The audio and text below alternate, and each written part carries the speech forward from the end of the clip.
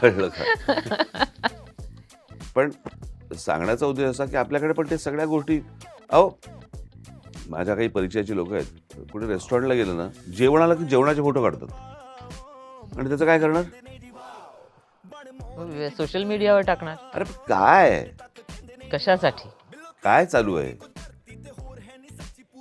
काहीतरी ड्रिंक बनवलं ड्रिंकचा फोटो काढला जेवण आलं तर जेवणाचा फोटो काढला ए थांब थांब थांब थांब थांब जरा थांब पण ह्यातनं काय मिळतं बरं तसं तू बनवणारच का ते हातामध्ये आलेला जो ते आयुध आहे तो आता तुमचा एक बॉडी पार्ट आहे हम्म.